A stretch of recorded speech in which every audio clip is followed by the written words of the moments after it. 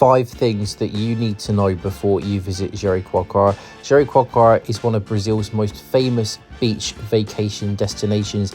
It is a little town located in the northeast of Brazil, and what makes the town unique is that it is built entirely on sand in a national park of sand dunes. Jericoacoara is also famous for windsurfing from June to December. The conditions are very good for that. But let's get into the 5 things you need to know. The first thing you need to know is that you cannot use public transport to reach the town of Jericoacoara itself. You can only get to the town of Jericoacoara by a transfer. Now, you can get to this town of Jijoca de Jericoacoara by public bus, but to actually get to the real town of Jericoacoara that we're talking about in this video, you're going to have to book a transfer. Now, most of you coming to Jericoacoara will be coming from the city of Fortaleza, since Fortaleza is the nearest major city with a major international airport. And in fact, you can book a direct transfer from Fortaleza to Jericoacoara.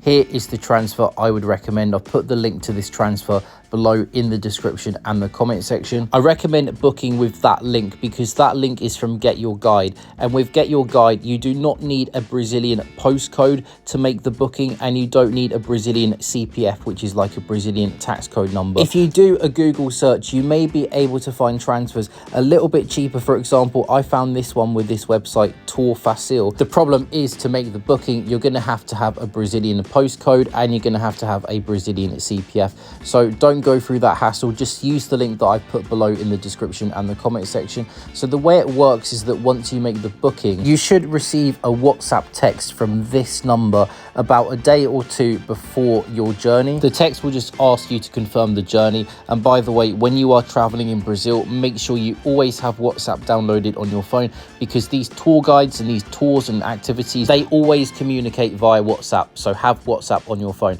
Now, the next text they will give you is a text asking you to confirm where you want to be picked up in Fortaleza. So generally they will pick you up from hotels around the Beira-Mar district of the city. So just give them the address of your hotel or Airbnb. If they do not allow pickup from your address, then just ask them for a list of hotels that they will pick you up from, and then you'll just have to go to one of these hotels and then they will pick you up from there. The bus will be a big red bus and it will say Sim 7 on the side. You don't need to pay extra to bring your suitcase on board. That is included in the price. You then travel for a few hours and then you have a little lunch break, and then you travel for another couple of hours, and then you'll end up at this town that I mentioned earlier, Jijoca de Jericoacoara. Specifically, you get dropped off at this gas station you see here, and then once you get off the bus driver then points you over to these 4x4 trucks, and then you all get inside one of these 4x4 trucks, and then the 4x4 trucks take you into the national park over the sand dunes. Beware, it is a very bumpy journey. Now, if you need to get from Jericoacoara to Fortaleza, the reverse of that journey, again, the link to that transfer is below in the description and the comment section. The process is just the reversal of what I've mentioned so far in the video. Now, there is a possibility that instead of coming from Fortaleza, you actually may be coming from the Lençóis Maranhenses sand dunes, and you want to go from Lençóis Maranhenses over to Jericoacoara. In fact, this is actually what I did, so I'm going to explain how you do this. So firstly, you need to get yourself to the town of Barreirinhas, which is the gateway town to Lençóis Maranhenses, and then there is a gas station, which is basically the bus station for the town, and you need to take the bus to that town again, Jijoca de Jericoacoara. At the time I record the video, the buses are leaving Barreirinhas around 7 p.m, just before 7 p.m. each day. I will add though that during low season, these buses don't run every day. They're only going to run 1 or 2 days throughout the week, so you do need to be aware of that. Use the BusBud website to check the timetables if you need to. Now, when the bus arrives at this gas station in Barreirinhas, you should be allowed to book your bus tickets to Jijoca de Jericoacoara if there are seats available. If you're scared that the seats may be sold out, you can try and use BusBud to book your tickets in advance. BusBud did work for me virtually every single time I wanted to buy a bus ticket in Brazil, apart from one occasion when I was booking my bus ticket with BusBud from Fortaleza to Barreirinhas. It would not let me book that ticket. So if you are paranoid that BusBud won't work to book your bus ticket from Barreirinhas to Jijoca de Jericoacoara, what you can do is, as soon as you land in Brazil at either Sao Paulo or Rio, you can go to the bus terminals in Sao Paulo and Rio, go to the Guanabara store, the Guanabara stand. That is the bus company that you're going to use, and you can buy your tickets from Barreirinhas to Jijoca de Jericoacoara at one of the machines there, or you can go to the counter, the desk, and ask the staff to book the ticket for you, and then you can pay there. You may be wondering why you can't book directly with the Guanabara website. Well, that's because to book tickets on the Guanabara website, you're going to need a Brazilian CPF number and a Brazilian postcode. So you're going to have to either use BusBud or book on the bus when the bus arrives, or book weeks in advance as soon as you literally land in Brazil. So then you have your tickets to Jijoca de Jericoacoara, and as you can see at the current timetable at the time of recording, you should be arriving into Jijoca around 3 a.m, 4 a.m. So make sure you have a hotel booked, and make sure that hotel has 24-hour reception. You don't want to be stranded in this little town of Jijoca. And then from Jijoca, the next day when you wake up, you need to get to Jericoacoara. Again, you have to book a transfer to do this. So this is what I did. I went onto this website here, Rota Combo. I tried to book my transfer ticket from Jijoca to Jericoacoara directly on the website, but again, I'm repeating myself now, you can't do this without a Brazilian CPF and a Brazilian postcode. They don't make it easy for foreigners in Brazil, but this is what you need to do. There is a WhatsApp number on the website. It's this number I've put on the screen here. You need to contact them. Use Google Translate if you need to. They will not reply to you if you speak in English. Use Portuguese on Google Translate. Say, look, I'm a foreigner. I don't have a CPF number. I don't have a Brazilian postcode. Please, can I book a transfer from Jijoca de Jericoacoara to the town of Jericoacoara? Make it clear whether you want a shared transfer with other strangers or whether you want a private transfer just for yourself. The shared transfer is about 65 reais. The private transfer is about 4 or 5 times the cost of that. So let them know what you want.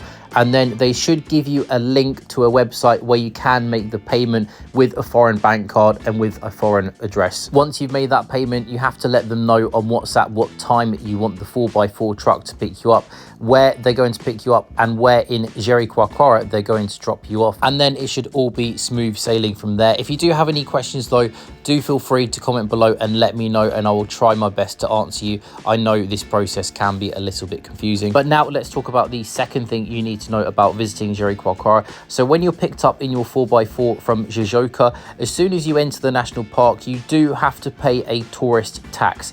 You can also pay this tourist tax online in advance before your trip to Jericoacoara. So this is the website here where you can do that. I've put a link to this website below in the description and the comments. So what you do is you press that generate fee button on the left hand side, and then you just have to fill in your form, your name, address, where you're going to be staying, how long you're going to be staying in Jericoacoara for. So the rule is that if you're staying for 10 days or less, you pay 41 reais 50 cents. For each additional day that you stay beyond 10 days, you pay an extra 4 reais 15 cents per day. You don't necessarily have to pay the tourist tax online in advance. What happens is that when you're on your 4x4 and when you get to the tourist office, you're all kicked off the 4x4. You will have to go to the tourist office. You all go to the counter. If you have paid in advance, you show them your receipt, you give them your passport, and then they'll give you printed confirmation, a printed form that you have to keep. If you've not paid online in advance, you can pay there and then. You can use either foreign bank card or cash to make the payment. I would recommend, if you don't speak Portuguese, that you just make the payment in advance online, because if you don't speak Portuguese and if you've not made the payment in advance, then you're going to have to communicate with these people working at the office how long you're staying for in Jericoacoara, where you're staying, all in broken Portuguese or via Google Translate. So it's just easier to do it online. Now let's move on and talk about the third thing you need to know about visiting Jericoacoara. You need to know that there are no ATMs for you to take out cash in the town. Now, most places in Jericoacoara will accept credit card, like virtually all of the cafes and bars and restaurants and hotels, and even the street food vendors on the beach and the drinks vendors on the beach. They will all have card machines for you to use your bank card with. The only problem may arise if you are booking a smaller guest house or a smaller apartment to stay at in Jericoacoara, maybe on booking.com, for example. Some smaller guest houses may only accept cash potentially. So in that case, you do need to get in touch with your apartment owner well in advance and make sure that you can use credit card. And if not, if they only accept card, obviously you do need to take out some cash before your trip to Jericoacoara. Otherwise, I would not get out any cash for your trip to Jericoacoara, because like 99% of places will accept card. Now, the fourth thing that you do need to know about visiting Jericoacoara is that in the sea, there are jellyfish. Now, when you go to the beach, you will see some jellyfish washed up on the sand. Now, you will notice at the beach, the water is really shallow. You probably have to walk about 50 meters inside the sea to get to any serious depth of water. And I was surprised why everyone was in the shallow part of the water, why no one was out swimming in the deeper part of the water. And then I quickly found out that's because there are jellyfish, and I got a little sting by a jellyfish. So just beware, especially if you have kids, don't let them swim too far out, because it could be a little dangerous. In fact, I've also heard that in Jericoacoara, you can even get stingrays as well. So yeah, not the best swimming water. Now, speaking of wildlife, you will see some donkeys in the town, which can be quite fun for kids if you've got kids with you. And also, if you go to the main square that I've put on the screen here, you may even be lucky and get to see some of these really giant lizards. And finally, the fifth thing that is worth knowing before you come to Jericoacoara is the time of year that you should come. So the best time of year to visit the town is from July to December. That is the summer season. That is the non-rainy season. Obviously, Jericoacoara is a beach town. You want to come here when the weather is good. If you come here from February to May, there is a good chance that your trip could be spoiled by rain. So come here from July to December, you should be fine. I will add that also July to December is the windy season. So if you are at the beach, for example, you may get some sand blowing at you. These months are the best months for windsurfers. As I said at the start of this video, the town is popular for windsurfing, so you do have that. Now, please do let me know if you have any other questions about visiting Jericoacoara in the comment section. Also, do let me know if you are planning to come to Jericoacoara soon, or if you have been to Jericoacoara recently. Did you enjoy your time there? Let me know in the comments below. It will be interesting to see. Otherwise, I do hope you have found today's video useful. Do click the like button if you have, and also subscribe to my channel for more travel videos. I will catch you in my next video.